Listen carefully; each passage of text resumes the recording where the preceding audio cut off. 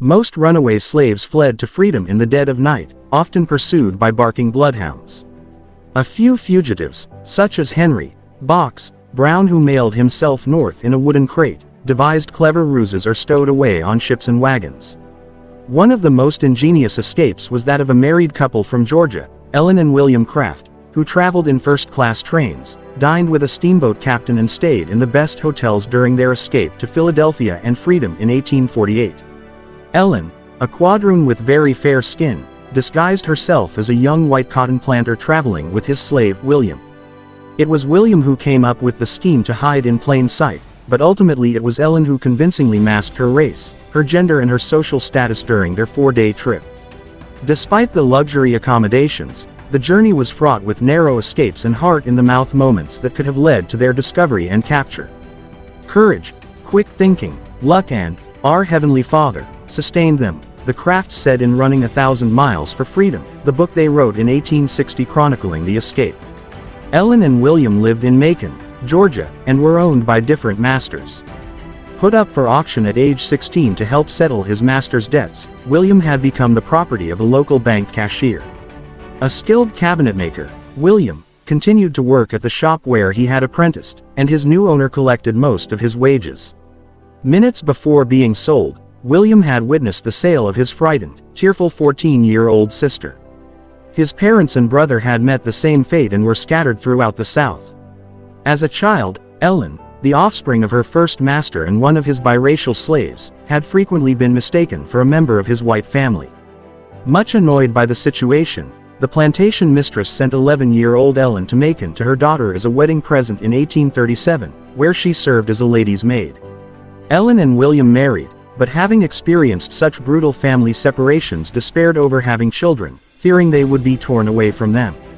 The mere thought, William later wrote of his wife's distress, filled her soul with horror.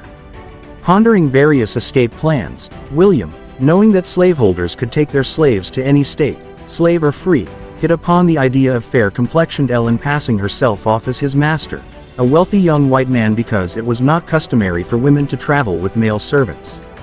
Initially Ellen panicked at the idea but was gradually won over. Because they were favorite slaves, the couple had little trouble obtaining passes from their masters for a few days' leave at Christmas time, giving them some days to be missing without raising the alarm.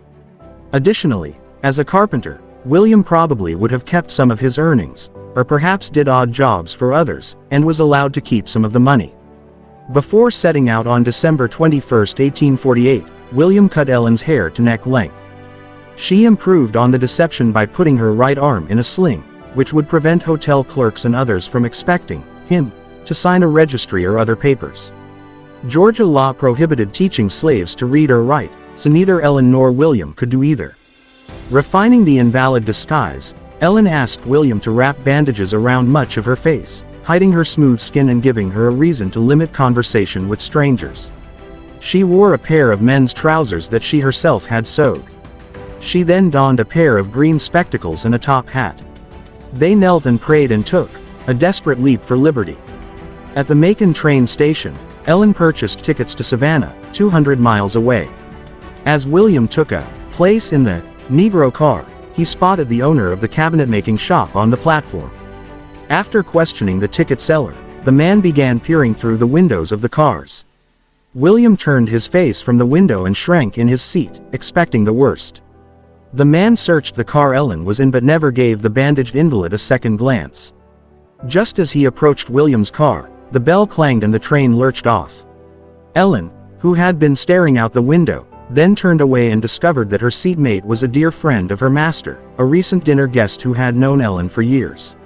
Her first thought was that he had been sent to retrieve her, but the wave of fear soon passed when he greeted her with, "It is a very fine morning, sir." To avoid talking to him, Ellen feigned deafness for the next several hours. In Savannah, the fugitives boarded a steamer for Charleston, South Carolina.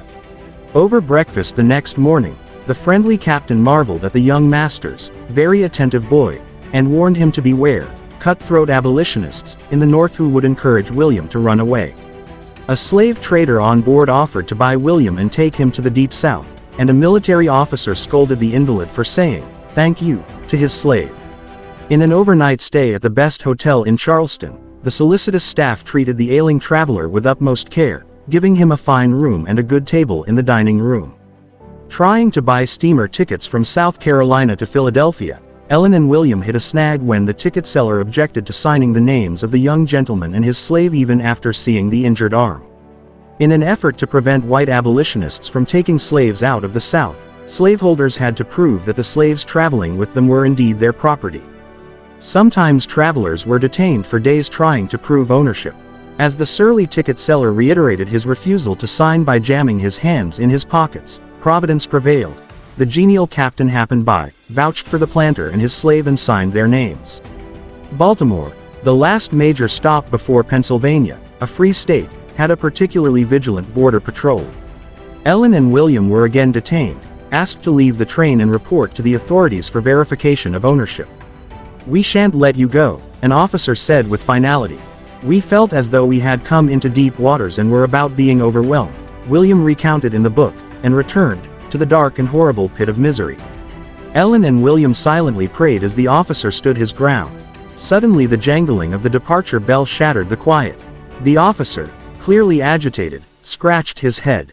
Surveying the sick traveler's bandages, he said to a clerk, "He is not well, it is a pity to stop him. Tell the conductor to let this gentleman and slave pass." The Crafts arrived in Philadelphia the next morning, Christmas Day. As they left the station, Ellen burst into tears, crying out, "Thank God, William, we're safe." The comfortable coaches and cabins notwithstanding, it had been an emotionally harrowing journey, especially for Ellen as she kept up the multi-layered deception. From making excuses for not partaking of brandy and cigars with the other gentlemen to worrying that slavers had kidnapped William, her nerves were frayed to the point of exhaustion. At a Virginia railway station, a woman had even mistaken William for her runaway slave and demanded that he come with her. As predicted, abolitionists approached William. One advised him to leave that cripple and have your liberty, and a free black man on the train to Philadelphia urged him to take refuge in a boarding house run by abolitionists. Through it all, Ellen and William maintained their roles, never revealing anything of themselves to the strangers except a loyal slave and kind master. Upon their arrival in Philadelphia, Ellen and William were quickly given assistance and lodging by the underground abolitionist network. They received a reading lesson their very first day in the city. 3 weeks later, they moved to Boston where William resumed work as a cabinetmaker and Ellen became a seamstress. After 2 years, in 1850, slave hunters arrived in Boston intent on returning them to Georgia. The Crafts fled again, this time to England, where they eventually had 5 children. After 20 years they returned to the States and in the 1870s established a school in Georgia for newly freed blacks.